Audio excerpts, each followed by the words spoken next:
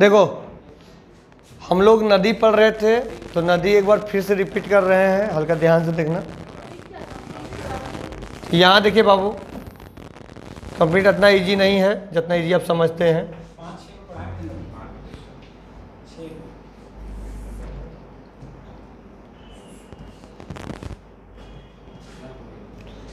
यहाँ ध्यान से देखना, ये जो नदी गया हुआ है गंगा नदी, एकमात्र साहिबगंज में टच करता है, वो भी 48 किलोमीटर। कितना बाबू? 48 किलोमीटर पर 48 किलोमीटर हो गया, ठीक है, मात्र साहिबगंज में। कहीं पूछ देगी गंगा कहाँ टच करती है? साहिबगंज में। क्लियर? वहीं टच करती है, यार कहीं नहीं। अब उसके बाद देखो बाबू, देखो यहाँ मध्य प्रदेश के अमरकंटक के पहाड़ी से, मध्य प्रदेश के अमरकंटक के पहाड़ी से है ना सोन नदी यूपी होते हुए गढ़वा, पलामू और कहाँ जाकर मिलती है? पटना में मिलती है। अब पटना में जहाँ मिलते हैं गंगा और सोन नदी, वहीं पटना शहर बसा हुआ है। और इसको बसाया था उदाइन, जो पाटलिपुत्र के नाम से, किस नाम से? शेरशाह सूरी। इसको पटना नाम परिवर्तन कर दिया। शेरशाह सूरी क्या किया? पटना नाम परिवर्तन कर दिया। और इसका जो लंबाई था 784, कितना था बाबू? 84। और इसका क्षेत्रफल था 90-30। कितना था? 90 क्षेत्र। बोलेगा कि सोन नदी कहाँ निकला है, तो मध्य प्रदेश के अमरकंटक के पहाड़ी से। इसका लंबाई है 784, अपवाद क्षेत्र है 90-30। ये गढ़वा में प्रवेश करती है, गढ़वा के बाद पहुंचती है पलामू में, पलामू के बाद पहुंचती है पटना, और पटना में मिल जाती है गंगा नदी में, जहां पटना शहर बसा हुआ है, जो पाटलिपुत्र के नाम से जाना जाता था, जिसको उदाइन ने बसाया था। बाद में पटना नाम परिवर्तन किया शेरशाह सूरी। यहाँ तक क्लियर? इसका उपनाम भी है हिरनवा, अबम गात्री। यहाँ सोनभद्र नाम है ना, सोनभद्र और हिरनवा नाम है। क्या बाबू? सोनभद्र और हिरनवा नाम है। आगे हमारा पुनपुन नदी के याद है ना, सोनभद्र और हिरनवा, इसका नाम है उपनाम। कौन कौन नाम है? देखो, सोन नदी, सोनभद्र और एक हिरनवा।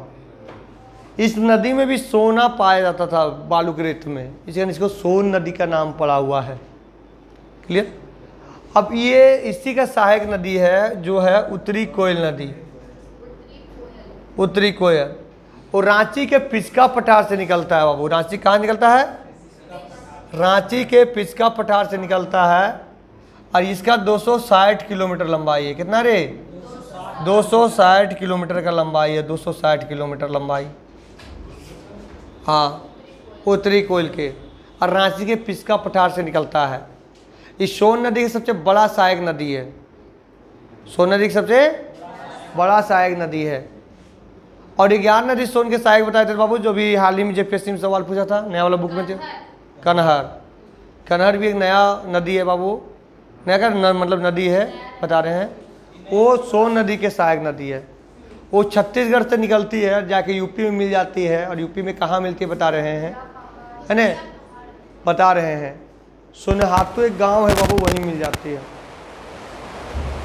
बताएंगे, बता। कनहर नदी,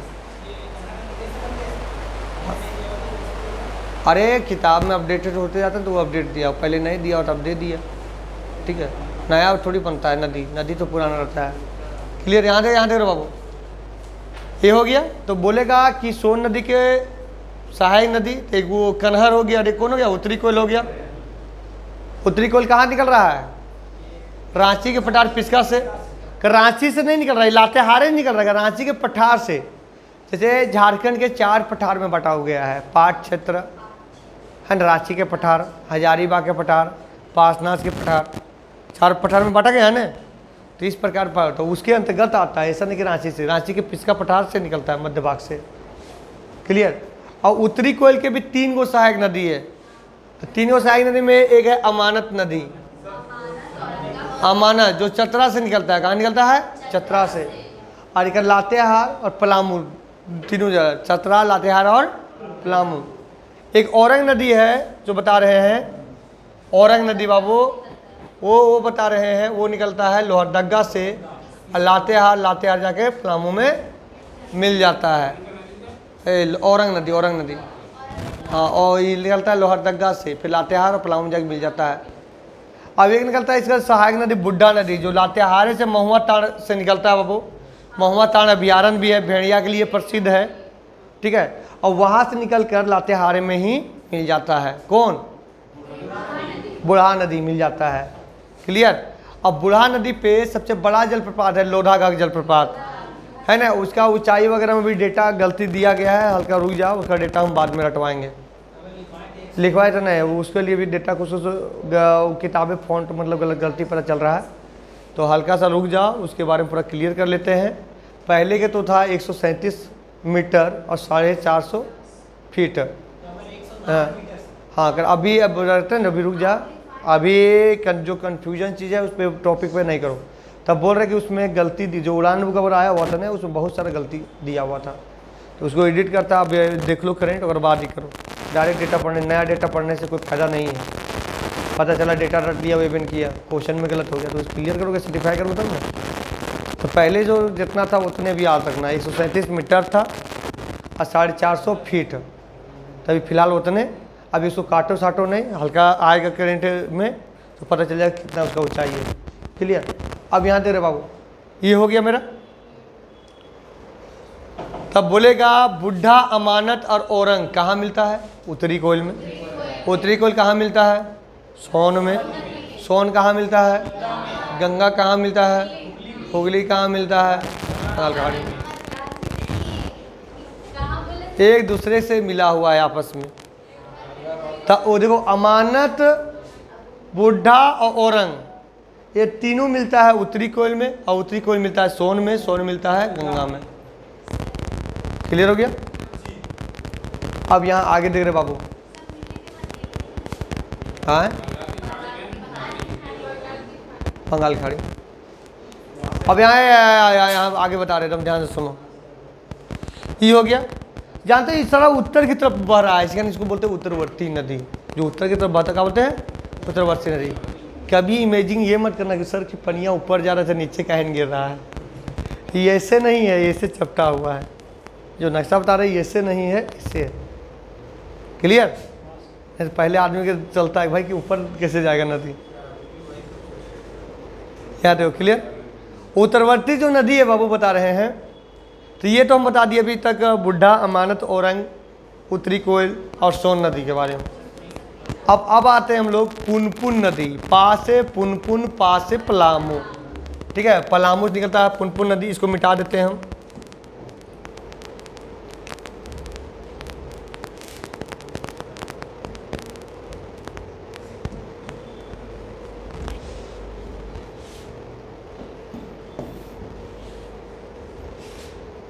पा से पलामू, पा से पुनपुन, ठीक है। पलामू से निकलता है और गंगा में जाके मिल जाता है। अब जानते हो छोटा नागपुर से 3 गो मिल निकलता है। एक निकलता है फल्गु, एक निकलता है सकरी और एक निकलता है चनन। तब फल्गु, ये तीनों छोटा नागपुर के पठार से कौन? फल्गु, चनन और सकरी। फल्गु, चनन और सकरी। फल्गु मिलता है पुनपुन में। अब फल्गु जो नदी है ना, आगे पुनपुन नदी के बारे में जानो। तो पुनपुन नदी के उपनाम है, एक बमगाछी और एक होगा किकेट। किकेट है ना, बमगाछी और हाँ बमगाजी और किकट दोनों नाम है किसका? पुनपुन नदी के। और इसका सहायक नदी है, एक तो फल्गु हो गया, फल्गु मिल रहा है रे, दर्दा और मरोहर भी हो गया। फल्गु हो गया, दर्दा, मरोहर हो गया, क्या पुनपुन। कभी कभी नीलंजना भी बोल देगा तो घबराना नहीं, नीलंजना भी मार देना, क्योंकि फल्गु के ही नीलंजना बोला जाता है, या फल्गु के नीलंजना सहायक नदी भी बोला जाता है। क्लियर है ना, तो घबराना नहीं। दर्दा, मरोहर और फल्गु हो गया किसका बाबू? पुनपुन का। अब पुनपुन का नाम हो गया किकट या बमगाछी। किकट या तो बमगाछी। और जानते हो जो फल्गु नदी मिल रहा है, जानते हो फल्गु निकलता है झारखंड में, कि पूरा बहता कहाँ है? बिहार में। बोले एकमात्र नदी के नाम बताया है जो झारखंड में निकलता है और बिहार में बहता है, तो कौन नदी? फल्गु नदी। और इसी फल्गु नदी के किनारे गौतम बुद्ध तपस्या किए थे, ज्ञान की प्राप्ति किए थे, जो बोध गया में है। हाँ, फल्गु नदी के किनारे पीपल पेड़ के नीचे आज भी वो पीपल का पेड़ है। सोच लो कि 3000 साल से वो पेड़ अभी भी है, और नहीं पेड़वा लगेगा उतना दिन के हैं। शशांक उस पेड़ को कटवा दिया था, उसके बाद भी पेड़ है। वो सब देखने वाला चीज़ है कि जो पुराना मतलब उतना दिन से। सोचो ना बाबू, गौतम बुद्ध हैं तो उसमें क्या ताकत है। गए हुए थे अब घूमने के लिए हम लोग ने, करीब 50 या 60 हज़ार आदमी आया हुआ था, सब विदेश से। एक आदमी मतलब 2-3 लाख रुपए खर्चा करके आया होगा, ज़्यादा है वो तो कम बताते रहे। ठीक है, सोचो कि भारत के व्यक्ति कैसा थे कि पूरा विदेश के अपने अंदर गुलाम करके रखे हुए हैं, अपना वर्ड के ताकत से बांध के रखे हुए हैं। तो कुछ खासियत होगा, इसी के कारण जाना चाहिए। कुछ तो कुछ पॉइंट होगा जिसके कारण मतलब उतना मतलब पूरा बंधे हुए हैं। यहाँ दे रहे बाबू, यहाँ देखो, देखो वहाँ ज़्यादातर हिंदू धर्म उसको इस कारण ज़्यादा ये नहीं करता है, क्योंकि जब इतिहास चालू हुआ था नहीं तो पूरा यहाँ जो स्नातक धर्म है उसको पूरा नष्ट कर दिया था, पूरा बौद्ध और जैन में ही कर दिया था कन्वर्ट। और ये धर्म जो बौद्ध धर्म आने के कारण था, जो ब्राह्मण के बहुत ज़्यादा अन्याय हो रहा था, जैसे छुआछूत वगैरह, तो उसी से पैदा हुआ था ये। क्लियर। अब यहाँ देखो, छोड़ो सब बात छोड़ो। तो बोलेगा कि फल्गु नदी के किनारे किसका मतलब प्राप्ति हुआ था ज्ञान बाबू? बोध का। प्लस में पूछेगा फल्गु नदी में एक होता है पित्तदान, है ना, पिंड दान करते हैं ना पित्त पक्ष में जाके, हाँ पिंड दान किया जाता है वहाँ। तो बोले किस नदी किनारे? फल्गु। यानी वहाँ मतलब ये है कि जाके आदमी जाता है, नहाता है और बाल टेल करके बाबू, है ना, वो पिंड दान किया जाता है। तो पूछेगा कौन नदी किनारे? तो फल्गु में नदी में, है ना। ठीक। अब यहाँ देखो, जो सक्रिय है ने वो मार्ग बदलने में विख्यात है, कभी इधर गया फिर कभी इधर गया, कभी इधर कभी इधर।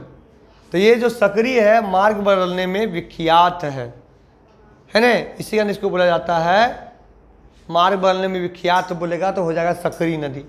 और चनन है, सक्रिय में मिलता है। चनन जानते हो, इसको पंचनन भी बोलते हैं, क्योंकि 5 धारा से निकलता है। कितना धारा से निकलता है? 5 धारा से निकलता है। ठीक है, 5 धारा से निकलता है, इसे पंचनन भी बोला जाता है।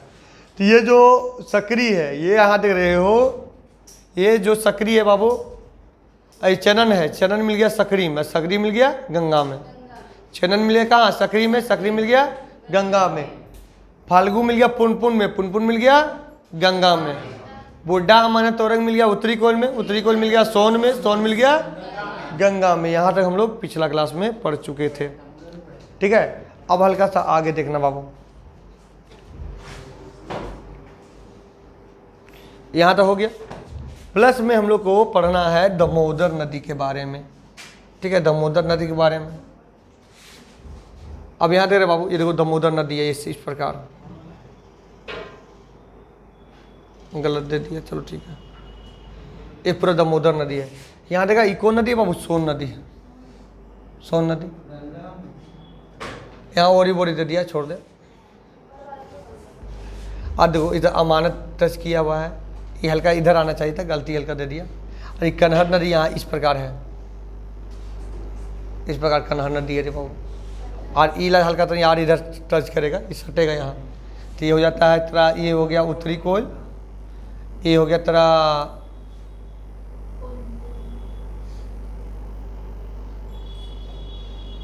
छोड़ दो नहीं, औरंग नदी हो गया, औरंग नदी हो गया। और यहाँ एक नदी जाएगा, वो जाएगा बुड्ढा नदी, और ये अमानत नदी हो गया। छोड़ दो, यहाँ गलत है, गलत बहुत दिया है, तो इसमें दिया हुआ था ना, गलती दिया हुआ था। ये सोन हो गया, ये हो गया उत्तरी कोयल, तो ये नक्शा पूरा परफेक्ट है।